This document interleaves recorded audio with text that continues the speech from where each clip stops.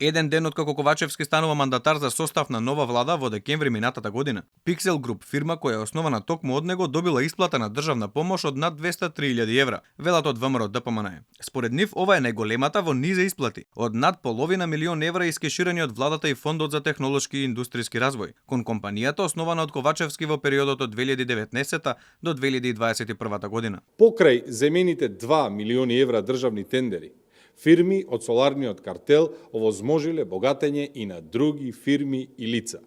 И со нивна помош се испумпани милиони народни пари. Се наметнува сомнение дека преку фирмата КМГ ЕОЛ Квазар на кумот на Ковачевски, Горанчо Паунов, овозможена е можна злоупотреба во општина Газибаба, додека градоначалник на општина бил кадар на СДС.